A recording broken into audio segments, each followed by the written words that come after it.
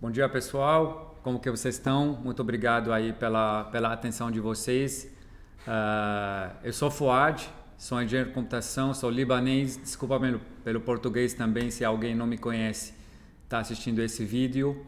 Estou no Brasil há 10 anos. Hoje sou CTO da Infomac, eu lidero a equipe técnica da Infomac há 5 anos. E vou gravar essa apresentação para a gente falar de ransomware. É um assunto bastante chato, bastante temido e parece que o mundo está numa situação que a gente não consegue se defender do ransomware. E na nossa experiência aqui no dia a dia, a gente percebe que de fato tem muita coisa muito simples, a maioria das vezes é gratuita, barata, que vocês conseguem fazer dentro da empresa de vocês e baixa extremamente o risco de invasão por ransomware e o mais importante é a propagação dele horizontalmente dentro da empresa de vocês. E para começar esse assunto, eu trouxe aqui um exemplo de um ransomware que é o Bad Rabbit, não sei se vocês já ouviram, foi em 2017, mas eu gostei bastante dessa foto porque ela ilustra o caminho que um ransomware precisa levar para ele chegar mesmo a ser efetivo e expandir dentro da rede de todos vocês. E se vocês percebem, o início aqui da infecção por ransomware foi por um site comprometido. E esse site comprometido, ele pode chegar até o usuário final de várias formas. A maioria das vezes via spam, e o usuário clica ali no link porque ele se interessou com aquela propaganda. E às vezes dentro de um site malicioso, você clica em alguma propaganda, um site te direciona para outro caminho e também esse site é malicioso. Então aqui, o que falhou aqui dentro do cliente para esse URL entrar? A maioria de vocês tem firewall, a maioria de vocês tem filtro de conteúdo habilitado, então ele detecta o site que todo colaborador abre através de categorias que os firewalls de vocês de última geração puxam essas categorias do fabricante de uma forma automática. E a maioria dos fabricantes bons tem uma categoria dentro do firewall, da camada de controle de navegação, que são os sites não categorizados. E uma culpa nossa, às vezes, nas empresas, que essa categoria em específico, a gente acaba liberando ela por pressão do negócio, porque todo site que nasce novo agora, eu criei um domínio novo, eu coloquei um conteúdo nele, até o motor de varredura dos novos domínios rodar e pegar esse conteúdo e achar a categoria e categorizar ele, esse é um processo que demora algumas horas e na maioria das vezes, eu até considero os novos ransomwares agora, todas as vezes esse URL é único, ele foi criado recente, ele é limpo e ele é direcionado para X mil empresas no ataque de hoje. E se você está no seu firewall com a categoria não categorizada liberada, esse é um tipo de URL que vai falhar, que vai passar. A outra falha que aconteceu aqui é a parte de anti-spam. Também pode ser bastante enganado o anti-spam pelo fato que o domínio é novo, ele é limpo, o texto não tem coisa conhecida ainda. E a terceira camada que falhou aqui para a entrada desse URL malicioso é o usuário. Ele não é treinado, ele não sabe detectar que esse um link não está tão legal, esse e-mail não é limpo, não é verídico. Então percebem que a entrada foi através de URL malicioso e ela precisou de burlar, entre aspas, 3 camadas na empresa. Atrás disso foi baixado um executável simulando um instalador de flash legítimo. De novo, aqui para executar esse programa que foi baixado, o usuário tinha permissão para executar. Então, uma quarta camada que falhou aqui, que é a permissão. Executou isso ali que tem o real ransomware. Aí, o que o ransomware aproveitou aqui? Quando ele foi instalado, ele olhou onde ele se encontra. Ele viu que tem um sistema operacional que continua vulnerável a SMB versão 1, o file server vulnerável a SMB versão 1, fez a varredura no redor, naquela faixa de rede, detectou que tem SMB. O próprio sistema operacional onde foi aberto esse URL, ele é vulnerável à falha de autenticação do Windows antigo, que é o SSO, E antes do Windows 2008, a Microsoft usava o WDigest. Então, Mimikatz, que rodou aqui, e um programa que foi desenvolvido por um francês. Quem tem curiosidade, bate no Google sobre Mimikatz.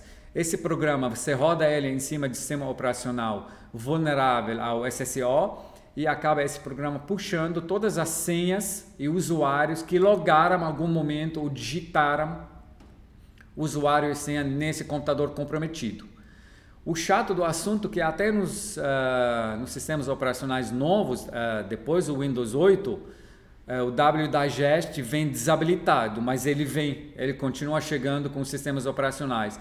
Então, com a permissão certa, o hacker já sabe que você está no Windows 10, ele habilita o WDigest e depois roda o Mimikatz. Então, aqui a jogada não é só atualizar o sistema operacional, é fazer um hardening do sistema operacional para retirar o serviço, mas um assunto à parte. E o SMB versão 1 também ele é vulnerável para injeção de código arbitrária de uma forma remota. E, obviamente, a Microsoft também arrumou isso. Vocês precisam instalar o patch, não usar a versão 1 e etc.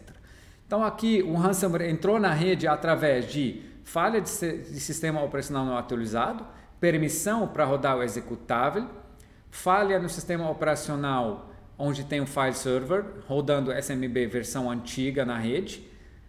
A rede dos computadores, dos servidores, está na mesma faixa.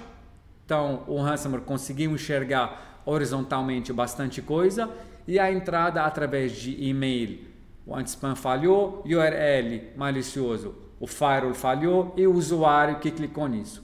Então percebem que a vida do ransomware para entrar e propagar não é tão fácil.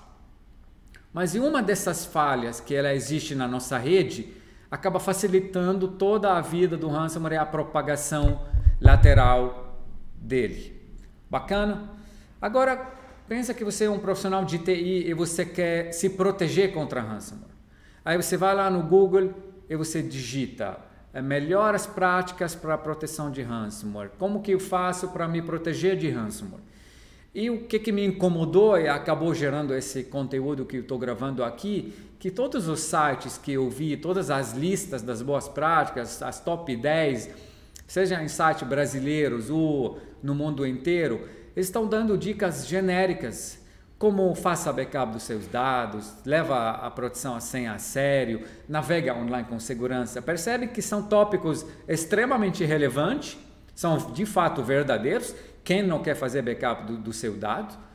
Quem não quer navegar em segurança? Mas eles não estão entregando o que precisa ser feito para eu navegar com segurança. O que isso quer dizer? E aqui surgiu a minha ideia desse conteúdo para dar para vocês as dicas da Infomac. E essas dicas da Infomac vivem do mundo real, em centenas de clientes gerenciados, onde a Infomac cuida às vezes do firewall, às vezes cuida do antivírus, às vezes temos serviço mensal de backup, às vezes esse cliente é nosso em cloud, às vezes a gente monitora o ambiente do cliente, às vezes a gente faz todas as camadas, até a própria infraestrutura do cliente. Estamos vivendo clientes que estão tomando ransomware e a gente está sabendo o que de fato tinha que ser feito e o que podemos fazer para minimizar o estrago e a propagação horizontal desse ransomware. E a primeira dica que eu vou dar para vocês, ela não é sobre fazer backup. Vocês não conseguem me responder, mas alguém de vocês não tem backup mesmo? Eu acho que o assunto não é isso. Todos vocês têm que ter backup. Quem não tem, pausa esse vídeo, vai agora, faz backup e volta aqui e dá um play. Se vocês quiserem, eu espero aqui. O assunto é que vocês já têm backup. Só que, para se proteger do ransomware, a gente precisa proteger nosso backup. Hoje, um software de backup, um sistema de backup que você instala dentro da sua rede, ele também é instalado em cima de sistema operacional Windows ou Linux. Ele também é uma máquina na sua rede. A ideia aqui é de proteger esse backup fazendo tarefas simples e na maioria das vezes são gratuitas. Exemplo, criar uma VLAN separada para esse servidor de backup. Colocar ele numa faixa de rede separada. Tirar esse servidor de backup do domínio. Porque Se o ransomware entrar numa máquina de usuário com privilégio, ele vai fazer a varredura, ele vai pegar um domain admin, ele vai pegar todos os IPs que ele detectou, ele vai logar nessas máquinas como domain admin, ou ele vai no atacar a camada de SMB nesse servidor, e ali ele chega no repositório do seu servidor de backup e acaba criptografando também. Então, tirando esse servidor de backup do domínio, mudando o usuário do administrador, criando outro usuário com uma senha complexa de 12 caracteres, colocar esse servidor de backup em outra VLAN, outra faixa de rede, já dificulta bastante a vida de um ransomware quando se trata de navegação horizontal, de propagação horizontal. Ele não vai enxergar esse servidor. Se enxergou ele, o usuário comprometido não loga lá naquele servidor porque está fora do domínio e você acaba protegendo esse seu sistema. Outra forma da gente proteger nosso backup é usando alguma cópia desse backup em nuvem. E hoje tem muitas ferramentas que fazem cópia do próprio servidor do backup, o da pasta do repositório do backup, o próprio backup direto no nosso servidor de aplicação, ou do RP, ou do banco de dados, do file server, direto para a nuvem. E esse backup se mostrou até o momento a prova de ransomware. Por quê? Não tem sistema operacional lá no S3 da AWS, tem uma camada de armazenamento que você chama ela através de API, através de chave-valor de usuário, e esse usuário tem a permissão certa de ele inserir, editar arquivos, até esse usuário não tem como apagar arquivos, e um ransomware, até o momento, ele não consegue detectar que existe essa conexão de API através do seu agente de backup, e ele não consegue enxergar esse bucket S3 ou esse armazenamento em nuvem que você tem. Então, dessa forma, você consegue proteger seu backup e em caso de ransomware, ele não será afetado. Outro ponto muito importante que eu vejo muita gente abrindo mão disso dentro da empresa, por pressão mesmo, o diretor quer uma senha fácil, o diretor não tem ideias de senhas, mas gente, pega esses slides, printa ele, chama todo mundo aí que está contra vocês na empresa e mostra isso. A senha de 10 caracteres complexa e a troca dela de uma forma recorrente entre 45 e 60 dias, não é porque a TI é chata. Porque de fato hoje, uma senha de 10 caracteres complexa com um motor que ele vai testar todas as possibilidades, em alguns meses ele consegue quebrar a senha. Em 5 meses ele consegue quebrar a senha. Agora uma senha de 8 caracteres, apenas números ou apenas letras minúsculas ou letras minúsculas e maiúsculo, em minutos ou de imediato essa senha é quebrada. Então uma senha complexa de 8 caracteres que tem número, caráter especial, maiúsculo, minúsculo, em 40 minutos ela é quebrada através de brute force, que é tentativa de várias possibilidades de 8 caracteres. Então não é exigência da TI porque a gente quer fazer isso. É porque para proteger. E até essa troca de 45 a 60 dias, a gente está tomando um risco desse robô de brute force conseguir achar a senha antes. Mas não tem como também complicar muito e colocar uma senha de 18 caracteres. Aí a gente tem que achar a balança entre segurança e praticidade. Segurança e não atrapalhar o nosso colaborador no dia a dia, nas atividades deles. Então, reforça essa regra de troca de senha de vocês. Uma parte muito importante também sobre senha, que eu vejo muitos dos nossos clientes pecando nisso, é a senha administrador das máquinas locais. Eu vejo para facilitar a vida do dia a dia da TI, ela coloca a mesma senha de administrador para todos os computadores. E essa senha ela está espalhada para todo mundo, para o field, para o estagiário, para a cara da matriz, da filial. Pessoal, implementam Labs. A Labs é uma ferramenta da Microsoft gratuita. Com alguns GPOs você consegue implementar essa solução. Essa solução ela troca a senha do administrador local para uma senha complexa, bem grande, de uma forma aleatória. E você, como administrador da rede, como um analista de field, como um N1 que precisa dar suporte ao usuário, você não precisa memorizar essa senha. Você terá uma console onde você consulta a senha atual do administrador local dessa máquina através do AD, através do LAPS. Você digita o nome do computador, o LAPS traz para você a senha atual. Você usa essa senha atual para logar no computador, para fazer a manutenção, e ao fazer um logoff em um instante, o próprio LAPS troca essa senha desse computador de uma forma aleatória, automática, e isso acaba eliminando um risco extremamente importante de ter uma senha administrativa tão poderosa, única, espalhada na empresa inteira. A gente sabe que o privilégio é um ponto muito forte na entrada de ransomware, e esse privilégio, o atacante, ele começa a fazer varredura de qual antivírus você usa.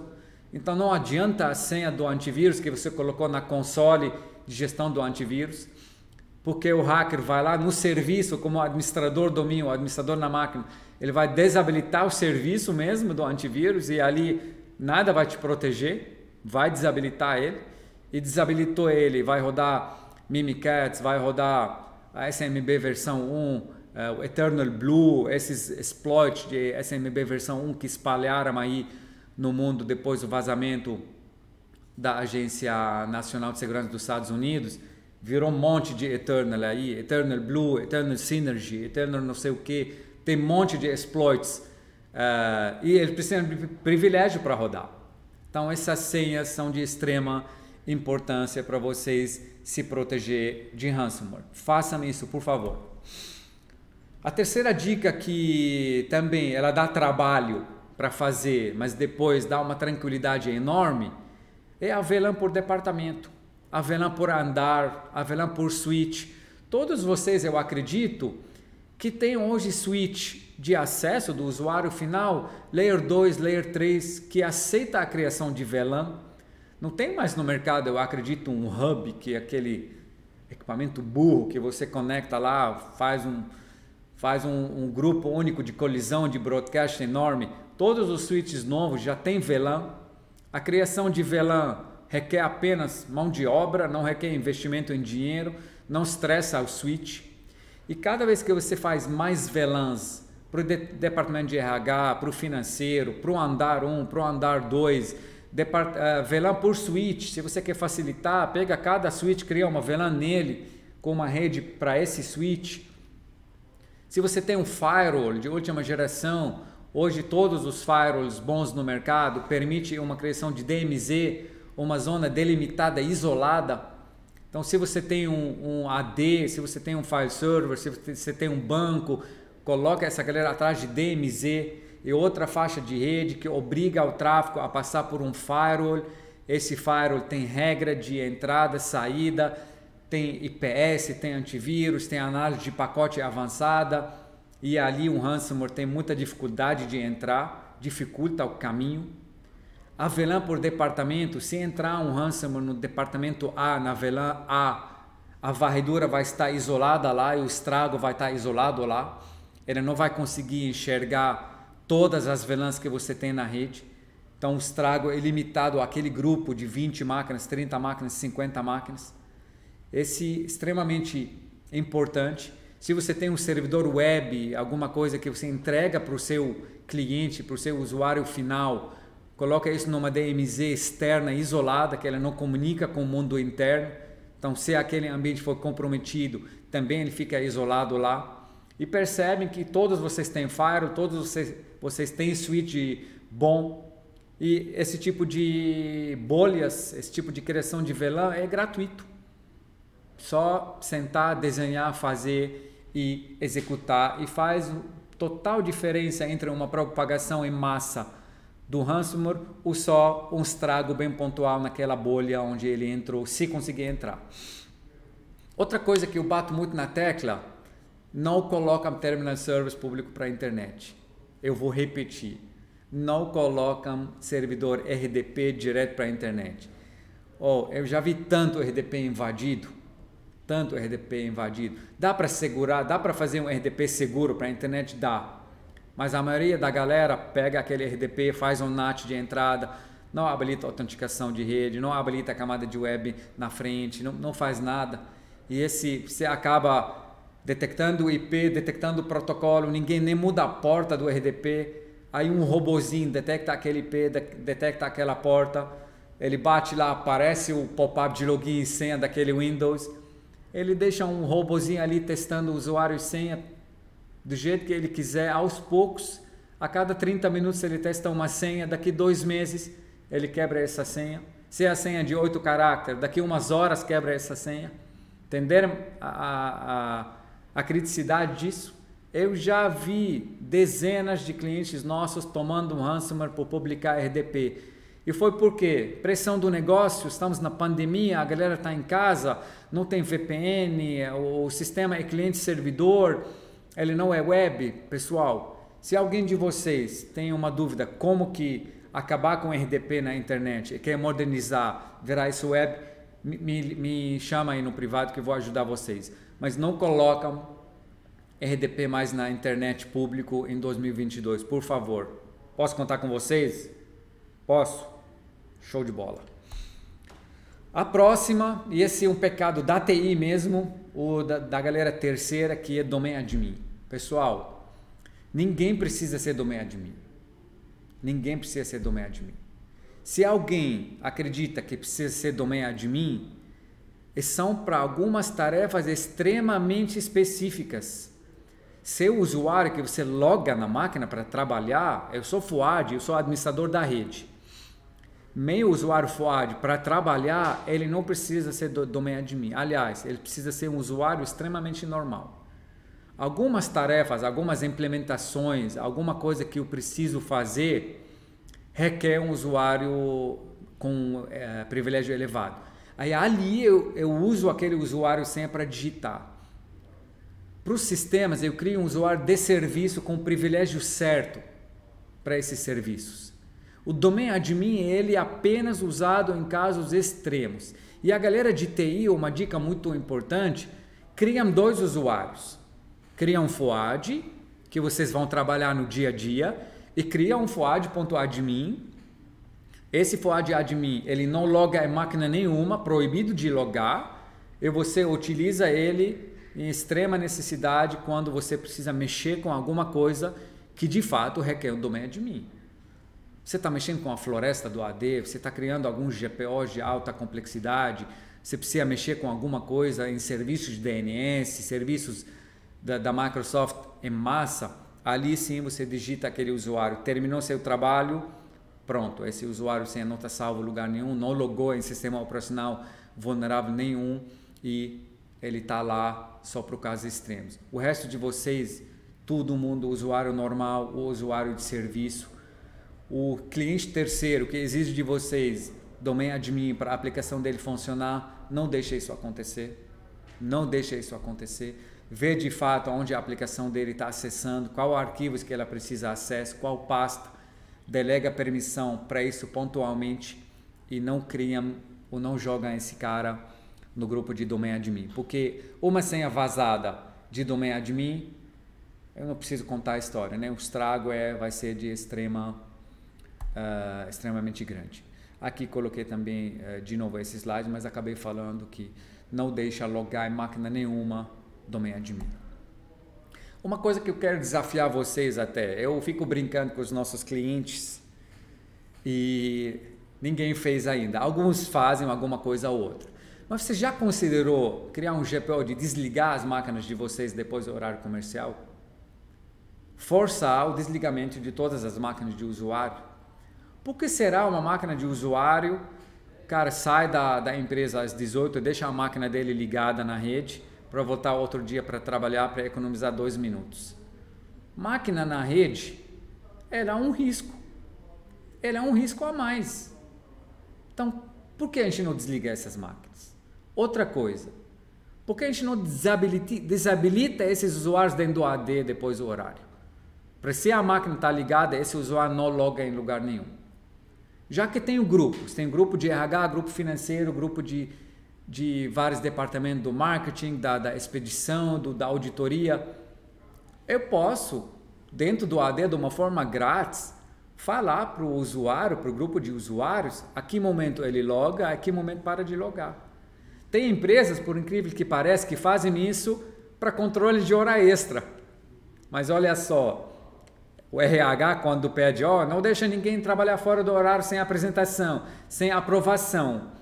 Aí o cara vai lá e desabilita o usuário para o cara não trabalhar sem aprovação. Mas ele está ajudando o RH, mas de fato é uma medida de segurança. Então, se o RH pedir, consideram fazer isso. Testam isso em grupo pequeno de usuário, em um departamento pequeno, vê o impacto e tentam limitar as horas que essa galera não está trabalhando. Outra coisa que eu desafio vocês que não vi ninguém fazendo, e hoje a gente tem centenas de firewalls nos nossos clientes de uma forma gerenciada, a gente tenta sugerir isso para os clientes, eles têm medo de fazer. Você já pensou em desativar a regra de firewall depois do horário? Percebeu no primeiro slide que o Bad Rabbit entrou através de URL malicioso? E se eu depois do horário bloquear a regra que libera a navegação de toda a empresa? Tem uma regra em todos os firewalls de vocês que libera grupos do AD com algum perfil de navegação para saída para a internet na porta 8443. Se eu colocar todos esses usuários e, obviamente, os servidores estão separados, possivelmente os servidores vão precisar ficar online, não dá para desligar todos os servidores ou isolar eles na rede de uma forma massiva, igual estou sugerindo aqui. Mas estou falando do usuário. E se não deixar o usuário navegar depois do horário dele? E se eu tenho uma regra que libera o tráfego entre filial e matriz, e eu desconectar essa liberação dessa regra depois do horário, só liberar ela outro dia às 7 de manhã. Se aconteceu alguma coisa naquela filial, ele não tem caminho para chegar até a matriz. E isso, pessoal, não é vocês vão acordar de madrugada para ativar, desativar a regra, não. Ninguém está querendo ganhar hora extra aqui, não. Hoje, todos os firewalls bons, né? Os firewalls bons, eles têm schedule em cima de regra. Então, você cria a regra, vai lá, fala, ativa a regra horário tal, desativa a horário tal. Então, uma tarefa extremamente simples. Consideram fazer isso? Consideram esse desligamento de máquinas, esse desabilitar o usuário, bloquear regras? Se eu tenho servidores dentro de uma DMZ, eu tenho usuários dentro da empresa acessando esse file server. Se eu desabilitar essa regra de comunicação entre usuário e file server à noite, onde ninguém usa o file server, se o usuário for comprometido, ele não terá caminho para acessar o servidor de arquivo. Então, essa é mais uma dica de vocês considerar esses desligamentos. Uma parte muito importante também que a gente bate muito na tecla: anti-spam e treinamentos internos. Continua o elo humano, é o elo mais fraco da cadeia. Continua ele a pessoa que vai ser enganada de clicar em URL, de abrir uma propaganda, de fazer essas coisas. Mas será que é a culpa dele? Será que a culpa é do usuário? Eu quero que vocês refletam aí. Será que a culpa é do usuário? Ou que esse usuário nunca foi treinado? A gente fala para o usuário, não aperta em algumas coisas. Até brinco com minha mãe. Ela me liga todo dia recebendo o e-mail ou achando alguma propaganda que ela ganhou R$1 milhão. Foi sorteada aqui. Eu cliquei, falei, mãe, vai, clica. Depois eu formato sua máquina. Mas no mundo corporativo não é assim. Então, conscientizam o usuário de vocês. Hoje tem programas, tem cursos. A própria Informática tem uma plataforma EAD. A gente faz muita simulação de phishing. Executa essa simulação, veja quem que são a galera que estão caindo e depois cria uma pilha de conhecimento para essa galera, mostrando onde ele tinha que olhar, no remetente, no URL, ninguém pede senha aqui nesse URL, desconfia de tudo. Temos até empresas que são clientes nossos, que para trazer essa base, assim, para trazer os colaboradores para esse mundo, eles criaram prêmios. Então, colaborador que detecta um spam, algum e-mail falso, um phishing, e ele traz isso para a TI, antes de ele clicar, abre um chamado, aí o cara da TI, da segurança, vai lá e olha esse e-mail. Se foi de fato válido e o cara detectou e não clicou, tira selfie com o cara, dá um chocolatinho aí, publica na intranet, manda um e-mail para os colaboradores parabenizando o cara. Isso cria um engajamento e você terá, de vez de você sozinho ficar olhando os logs aí do mail server, do anti-spam, será que do web filter, quem que está abrindo o quê? Você terá exército de apoiadores olhando junto com você. Uma forma extremamente barata, extremamente simples de você trazer apoiadores. Então pensa nisso, cara. Anti-spam, treinamento, conscientização e traz essa galera junto com vocês. Deixa eles adotar essa causa e vocês terão muito sossego, muito apoiador e muita coisa detectada pelo elo humano mais fraco hoje. Outra coisa que as empresas pecam muito. Eu falo para as empresas, vocês têm backup? Tenho backup em nuvem, tenho backup aqui, eu tenho um sistema tal, eu faço backup uma vez por dia, mas nenhum deles testa a restauração. Eu já vi muito caso que o cliente precisa restaurar aquele arquivo e na hora da restauração, aquela restauração não volta, dá erro, falhou o job, ninguém percebeu, aí vai lá buscando retenções antigas aí para ele conseguir alguma imagem limpa de 10, 15 dias atrás, perdendo X dias de trabalho. Então, pessoal, não precisa testar a restauração de todo o seu ambiente. De que forma que vocês têm backup hoje? Hoje a Infomac tem serviço de backup gerenciado de mais de 500 servidores aí espalhados no Brasil. Já estamos quase batendo 800 teras de dados protegidos na AWS. Dentro da nossa equipe de gestão de backup, de gerência de backup para os clientes, a gente recebe as alertas se o job falhar, só que se o job foi sucedido, automaticamente a gente deve confiar, só que não. A gente de uma forma constante, mensal, trimestral, anual, testa algum tipo de restauração. De uma forma mensal, a gente tem alguma restauração pontual de arquivo. Se o cliente tem 30 servidores, eu vou selecionar um servidor aleatório, eu vou restaurar algum arquivo aleatório. Se esse arquivo voltar do backup de ontem, do último backup, quer dizer, esse backup está ok.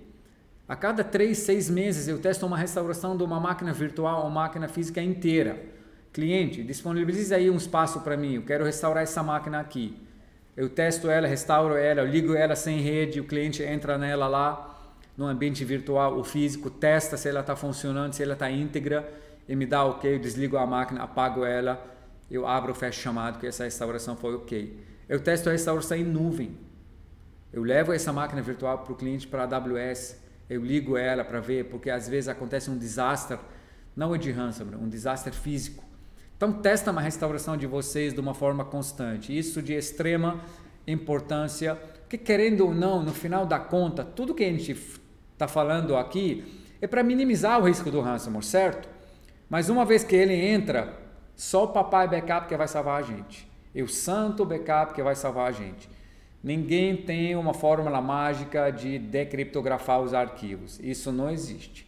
Se alguém promete vocês segurança 100% ou uma restauração de decriptografar os arquivos do ransomware, desconfiem. Isso não existe. Você vai ter que voltar a ser o backup. Então testa essa restauração de uma forma constante, que é muito importante. Uma outra coisa que eu vejo os clientes estão pecando também e faz muita diferença na hora do ataque. Documenta o ambiente de vocês. Por que documentar o ambiente de vocês? Para vocês saber até o caminho da volta.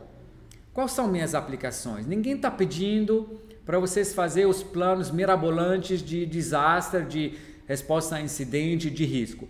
Hoje a Infomac tem uma equipe especializada em governança que faz isso. E, obviamente, as empresas na bolsa, clientes nossos, as empresas com corporações grandes que têm equipe de governança, solicita isso para nós. E a gente faz isso muito bem. Só que a maioria, para o assunto ransomware, vocês precisam de uma simples planilha. Essa planilha vai ter as seguintes abas: o nome da aplicação, o sistema operacional dela, a importância dela para o negócio. O que é a importância dela do negócio? Como que você calcula essa importância? Pensa se essa aplicação sumiu. Queimou o servidor, estragou, algum funcionário malicioso apagou ela, apagou o banco de dados, ela sumiu. Qual que é o impacto para o negócio se essa aplicação sumir? E mais uma aba, se vocês conseguem converter isso em valor, em dinheiro. Quanto que custa para a empresa o RP dela parado por 1 hora, por um dia, por uma semana. E a última aba, quem que é responsável por essa camada e como que volto ela.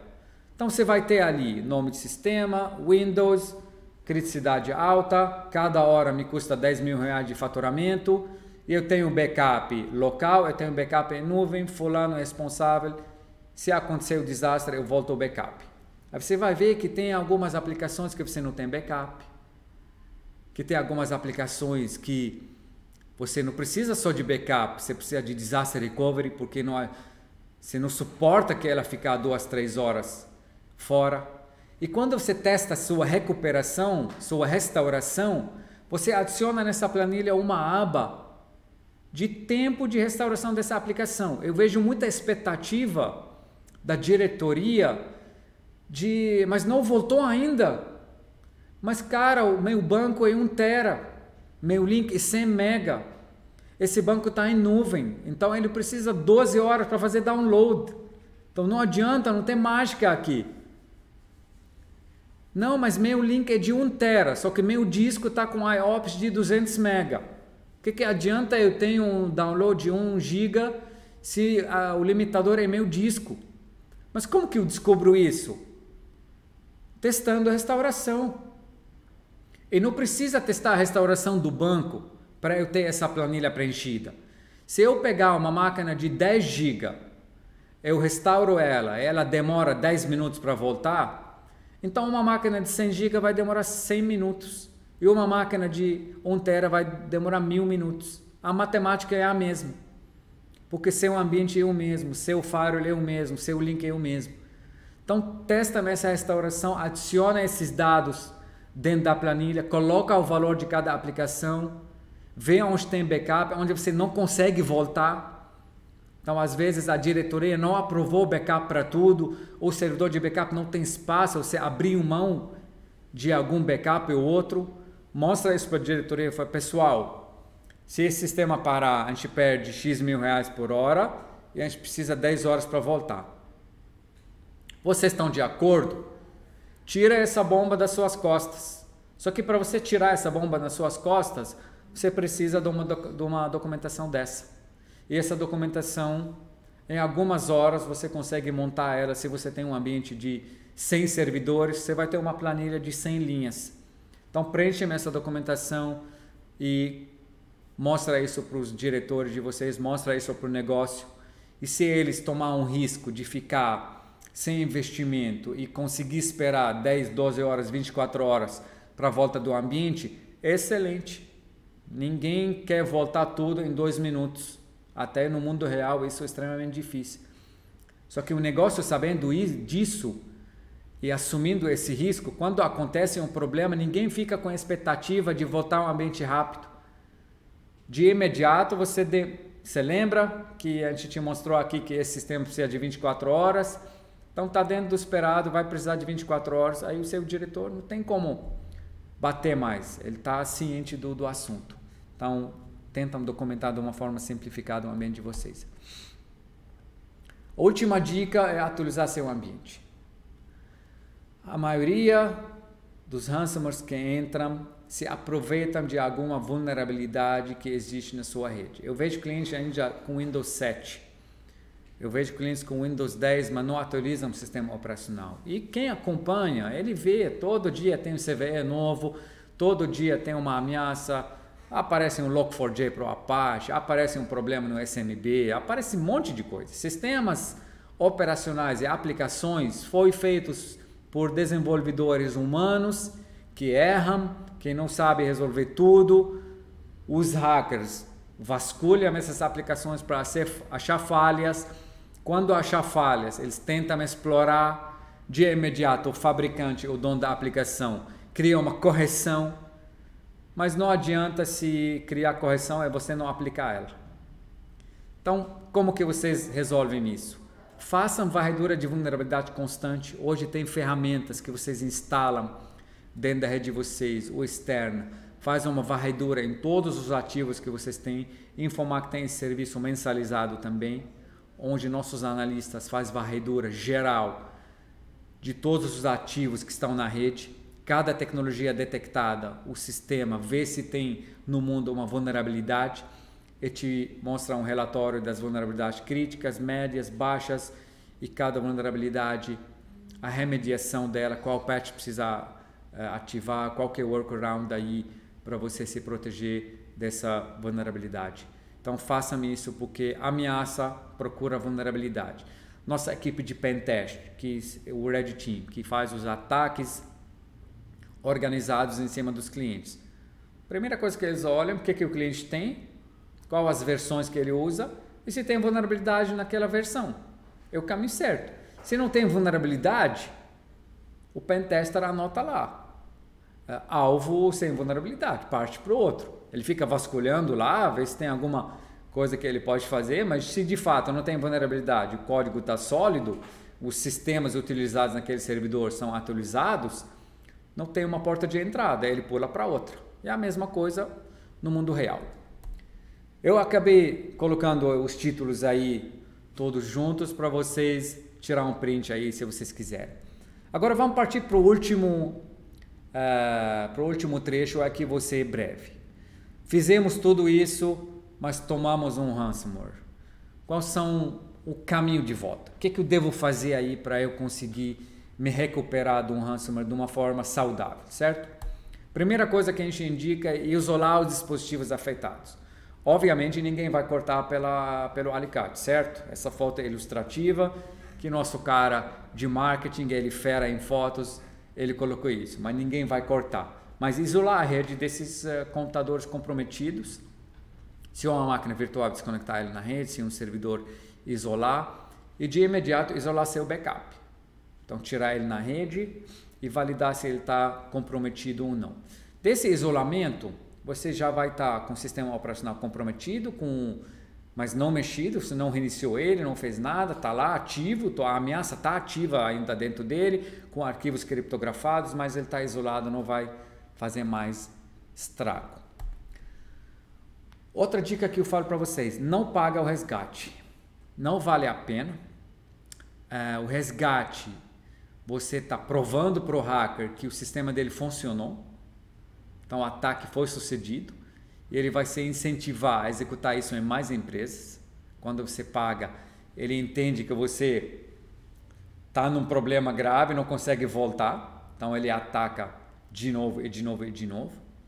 Outra coisa, não esquece que você está tratando com um malandro, com um criminoso, então você está incentivando, você está pagando para um criminoso e não tem nada de garantia que ele vai te dar a chave de decriptografia, a gente já viu isso acontecendo.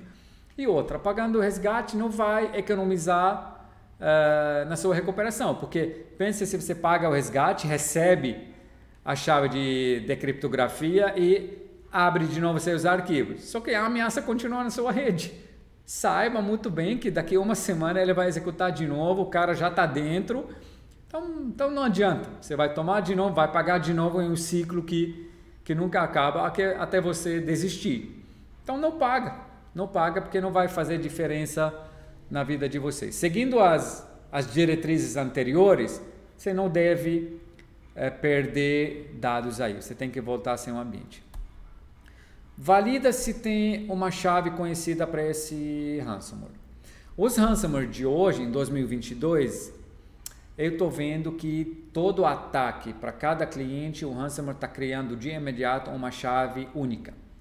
Então, esses últimos ransomware dos últimos meses, a gente nunca achou uma chave de decriptografia para os arquivos. Chave única, ninguém tem ela, mesmo as empresas que tomaram o mesmo ransomware. Mas se por algum motivo você tomar um ransomware anterior, que já é conhecido, tem um programa bastante interessante que vários países na Europa estão participando com alguns fabricantes de peso, que chama nomoreransom.org. Essa foto dele aqui está no slide, então você entra lá no CryptoSheriff, você faz um upload de 2 arquivos criptografados e ele te fala a família desse ransomware e se tem uma chave. Se não tem chave, só conhecendo a família, você procura saber o comportamento desse ransomware, o que ele faz. E ali você consegue pular para a próxima etapa, que é limpar seu sistema. O que é limpar seu sistema? Nesses sistemas isolados, você vai validar se tem antivírus ou não. Então reinstala seu antivírus, provavelmente foi desativado. Obviamente tem que ser um antivírus de última geração, que não trata só de assinatura, ele precisa ter uma camada de machine learning e inteligência artificial, onde ele entende comportamento dos processos. Valida os GPOs do seu AD. Eu já vi muito ransomware mexendo com GPO para ele conseguir espalhar de uma forma legítima em massa. Então valida um GPO. Olha um Event Viewer desse servidor. Se um ransomware não limpou os Event Viewers e você não reiniciou o sistema, provavelmente você vai ver alguns IDs de Event Viewer de sistema operacional de elevação de privilégio, de desvio de UAC. Geralmente um ransomware tenta fazer isso, então você vai ver o horário, você vai ver qual usuário que foi comprometido, quem que foi o usuário que tentou elevar esse privilégio, e você vai lá, desativa esse usuário, troca a senha dele, tira o privilégio do cara. Valida processos estranhos, então no próprio a aba de processos do Windows ou do sistema operacional Linux, você consegue ver os processos rodando. Tem até algumas ferramentas do System Internals, o Process Monitor, que te dá um pouco mais detalhes. Então vê se tem algum processo que você não conhece, pega esse processo, joga no vírus total, desativa ele, tira ele da máquina e valida logs do firewall. Então se você achar um ID, o Event ID de escalação de privilégio e tal, a data e hora da criptografia do primeiro arquivo, vai lá no firewall e vê o que aconteceu naquele momento, se teve alguma conexão de entrada de algum país que você não conhece, aí você vai lá no GUIP, bloqueia esses países, se algum usuário tentou acessar um site malicioso, você gera um relatório lá de navegação nessa meia horinha para antes ou depois, você vê quem que estava online naquele momento da empresa, para onde eles navegaram. Se achar algum site estranho, você já derruba esse site. E essa limpeza aí, quando você limpa, tenta denunciar o ataque. Mais uma dica de volta. A gente sabe que no Brasil está difícil ainda, mas a polícia está tentando criar departamentos de defesa cibernética. Mas se a gente não denunciar, eles acham que não tem demanda e acaba que isso não vai para frente. Mesmo sabendo no momento isso não vai para lugar nenhum, mas temos que fazer massa de denúncias para a autoridade entender que esse é um problema. O projeto do nomoreransom.org, essa foto aqui no notebook, são os países que fazem parte dessa união. E dentro do site, a galera da Europa denuncia. Aí tem o Interpol, tem um monte de polícia lá envolvida no crime cibernético, que olham isso e tentam tratar isso ao nível europeu, ao nível mais abrangente. Nosso sonho é de chegar no nível assim, o Brasil fazer parte dessa união sólida contra o crime cibernético organizado. No momento, a gente tem apenas a polícia que devemos denunciar. E agora com o LGPD, as empresas são obrigadas a falar que teve um vazamento de dados, o possível vazamento, ou criptografia de dados, porque você vê que o hacker fala, eu estou com seus dados, se você não me pagar, vou divulgar. Ele fica ameaçando, né, o pós-ransomware. Então, provável sim que ele copiou alguns dados aí, pode ser que algumas coisas sensíveis ou não. Então, o LGPD está ajudando as empresas a ser obrigadas a denunciar. Então, o DPO vai ter que avisar a NPD, a polícia precisa estar sabendo, em específico, se tem dados do cliente ou do colaborador envolvido nessa criptografia. E depois voltar seu backup para uma data anterior ao ataque. Então, essa planilha de dependência que você criou dos sistemas, você vai colocar a criticidade, então qual backup tem que voltar antes do outro.